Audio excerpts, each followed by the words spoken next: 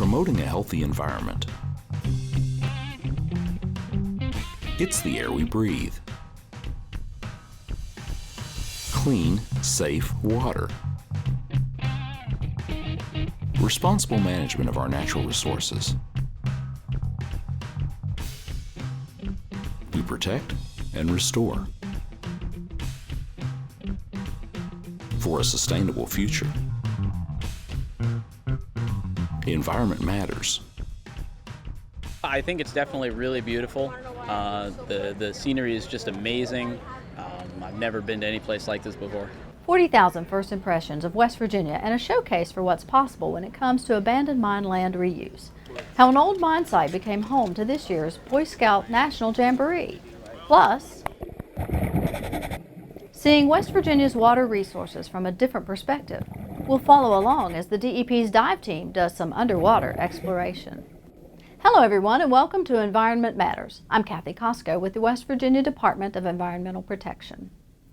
For just over a week, it effectively doubled the population of Fayette County and became West Virginia's third largest city.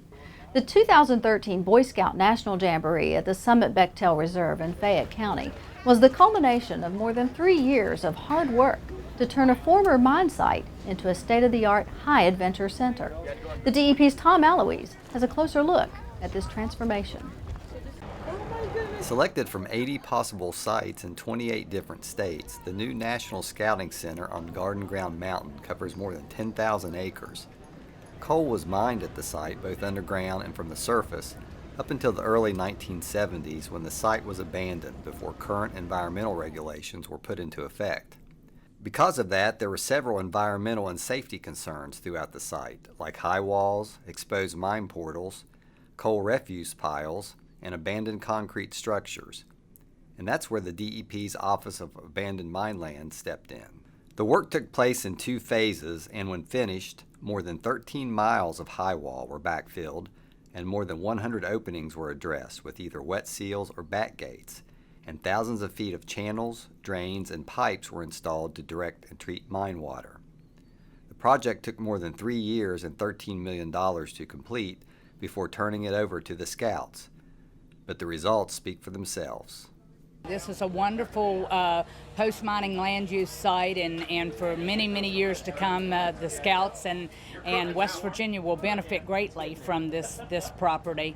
And now that we've got it environmentally safe for the Scouts to come in and enjoy, and we're getting great exposure with this particular event, with Scouts coming from all over the country and many first-time visitors to West Virginia. So they're getting an opportunity to see us and to see the beautiful country that we have here. I think it's really amazing, just coming on in here on the bus, you could see what, a lot of it used to look like, and it's just amazing what they've done with the place. I think it's definitely really beautiful.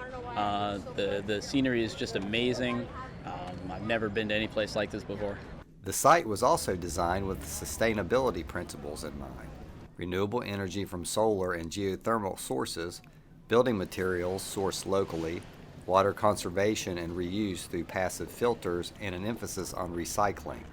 There's even a 1,600-acre nature preserve within the Summit site, preserving habitat for native wildlife. I think it's really amazing, actually, just to look at what some hard work can do, that it just transformed that site into something as beautiful as this. I think is really amazing, and you can use that in other ways as well. Just a little bit of hard work can go a long way. So I think it's really cool. Between the economic boost from all of those out-of-state visitors and the more than 300 community service projects performed by Scouts throughout southern West Virginia, the benefits to the state are hard to miss. And this is just the beginning. In Fayette County, I'm Tom Eloise for Environment Matters. The Scouts plan to open the summit as a high-adventure base camp next summer, bringing more Scouts and their families back to West Virginia. And with the National Jamboree scheduled for 2017 and the even bigger World Jamboree set for 2019, the impact of the summit will be felt in the state for years to come. The DEP also had a significant presence during the Jamboree. Representatives from several departments within the DEP were on hand to answer questions from Scouts about protecting and preserving the environment. There was even a model of a surface mine detailing the steps from beginning through extraction and reclamation, giving the Scouts a 3D look at some of the processes the summit went through to become a state-of-the-art facility. The model was constructed by a local model railroad club. If you build it, they will come. That famous line from the movie Field of Dreams is what a group of folks hoped would happen at a place called the Wild Ramp. Built on sustainability principles and the idea that there was a market for locally grown food and products in the Huntington area, the Wild Ramp has grown, well, like a wild ramp. The DEP's Greg Adolphson joins us now from Huntington. And Greg, this all started with the help of a DEP Mini-Grant. Kathy, what a difference a year makes. This time last year, this was just an empty storefront and a big dream. And that $5,000 mini-grant has generated nearly $200,000 to the local food economy. I knew that there were foodies like myself out there that wanted fresh local food and wanted to support their local farmers, but I didn't have any idea that it would be this much. It's gone beyond what I had hoped for. Shelley Keeney is the market manager of the Wild Ramp, a different sort of farmers market in Huntington. The Wild Ramp is open year-round and features locally grown meat, dairy, and produce out of a small retail space in Heritage Station. The $5,000 technical assistance mini-grant helped the folks at the Wild Ramp get off on the right foot. It was a huge help, huge, because we didn't have any help hardly at that time for anything. I mean, we were bare bones at that point, and we needed it. You know, we needed a helping hand and needed someone to kind of believe that this was needed. So it was great. I don't know what we would have done without that. I mean, and it kind of got the word out there too, you know, about what we were doing and what it was all about. The Wild Ramp started out last summer with roughly 20 suppliers. That number has now grown to nearly 100, and most of them within a 40-mile radius of the market. It's an economic impact that's being felt in a lot of small ways.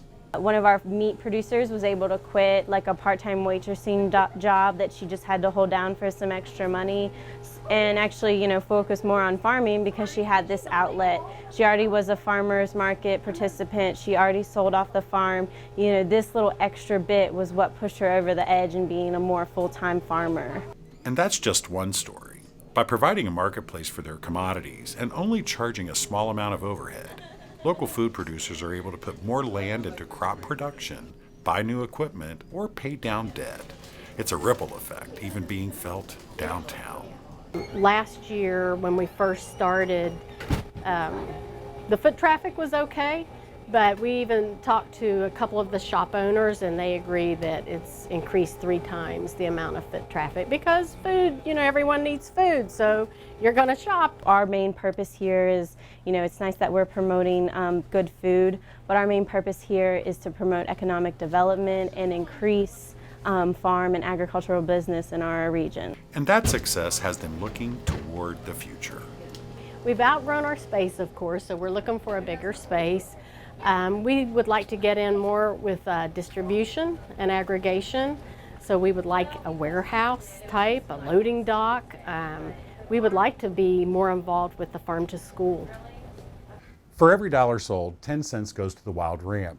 Kathy, the other 90 cents goes to the local farmer who produced it. That's a model that's benefiting producers and consumers year-round. Thanks, Greg. The Wild Ramp is located in Huntington's Heritage Station. It's open Tuesday through Saturday. To find out more about the market, upcoming events, and special promotions, check out their website, wildramp.org. A new addition to the DEP's vehicle fleet is saving the state money at the gas pump. In fact, since it was delivered about 2 months ago, we haven't had to add a drop of gas. That's because it's a Chevy Volt, a plug-in hybrid that's powered by an advanced lithium-ion battery. The Volt can go about 50 miles on a full charge and uses a gasoline-powered generator to extend the range an additional 300 miles if necessary. It's assigned to the mailroom, and since it only averages about 40 miles a day driving around town, drivers can charge it back up in just a few hours. And to make it even more efficient, the charging station it uses gets most of its power from the solar panels on the roof of the DEP headquarters. The successful test of using the Volt this way has other divisions here at DEP looking into their driving needs to see if going electric may work for them too. Coming up, going camping. We'll check out the DEP's Junior Conservation Camp. Plus, I'm Sarah Alford in Charleston. Checking in on West Virginia's larger lakes and rivers is a job for the DEP's dive team. We'll get a close-up look from an underwater perspective. Those stories and more when Environment Matters continues.